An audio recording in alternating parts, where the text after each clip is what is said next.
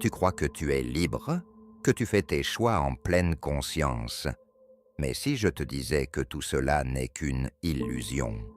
Schopenhauer a détruit cette croyance en une seule phrase. L'homme peut certes faire ce qu'il veut, mais il ne peut pas vouloir ce qu'il veut. Réfléchis. Pourquoi désires-tu certaines choses et pas d'autres? Pourquoi es-tu obsédé par le succès, l'amour ou l'approbation des autres? Tu n'as pas choisi tes pulsions, tu les subis. Dès ta naissance, un programme invisible t'a été installé. Tes peurs, tes envies, ton ego. Tout est déterminé par ta nature et ton environnement. Si tu crois encore au libre arbitre, réponds à cette question. Peux-tu choisir de détester ce que tu aimes? Peux-tu décider, là, maintenant, de ne plus aimer ta musique préférée? Non, car ta volonté ne t'appartient pas. Mais ce n'est pas tout. Schopenhauer compare notre volonté à un esclave invisible qui nous force à agir, à désirer, à souffrir. Cette force aveugle, il l'appelle la volonté, avec un grand V. Imagine une marionnette qui croit qu'elle tire ses propres ficelles. C'est exactement ce que nous sommes. Nos actions ne sont que la conséquence de cette volonté impérieuse qui nous dépasse. Elle nous pousse à agir, à lutter, à désirer sans cesse quelque chose de nouveau. Mais cette quête est sans fin. Et c'est là que le piège se referme. Tu as déjà remarqué? À peine un désir satisfait, un autre surgit. Tu veux une voiture, puis une plus grande. Tu veux une relation, puis une meilleure. Tu cherches sans cesse quelque chose pour combler ce vide. Mais il ne se comblera jamais.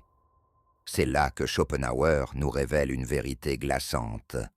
L'homme oscille perpétuellement entre la souffrance et l'ennui. Quand il n'a pas ce qu'il veut, il souffre. Quand il obtient tout, il s'ennuie. Regarde autour de toi. Les plus riches, les plus célèbres, ceux qui ont tout finissent souvent déprimés. Parce qu'ils découvrent que rien n'a jamais de fin, que la volonté ne les laissera jamais en paix. Alors, que faire? Sommes-nous condamnés à courir après des chimères jusqu'à notre dernier souffle? Schopenhauer propose une solution, mais elle ne plaira pas à tout le monde. La seule manière de s'affranchir de cette volonté, c'est de la nier. C'est ce que font certains sages, certains artistes, et ceux qui choisissent une vie de contemplation plutôt que d'action.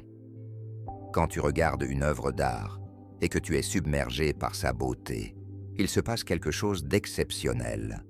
Pour un instant, tu échappes à la tyrannie de la volonté. La musique, la philosophie, la méditation, ce sont des échappatoires temporaires. Mais le vrai chemin vers la libération, c'est de comprendre et d'accepter cette réalité. Alors maintenant, la vraie question est, que vas-tu faire de cette révélation? Continuer à vivre comme si tu étais libre ou ouvrir les yeux sur la réalité de ta propre nature?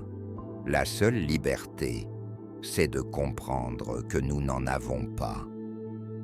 Si Schopenhauer s'adressait à toi aujourd'hui, voici ce qu'il te dirait.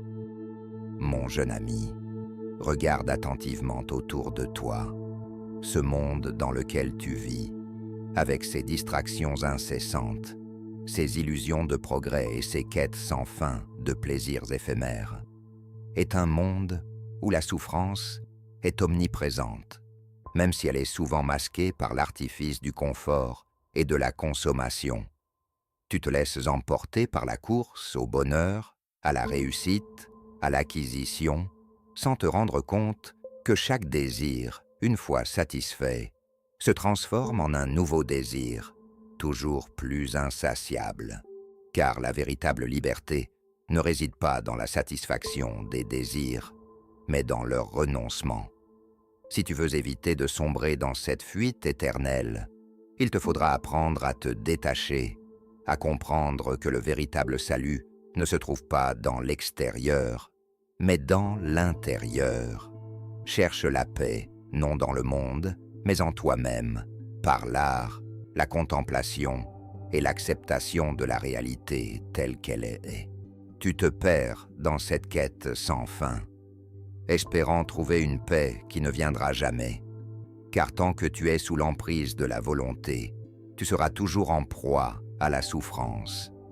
Le monde moderne t'encourage à te distraire, à oublier cette vérité. Mais sache que l'illusion du progrès et de la prospérité ne changera pas ta nature humaine.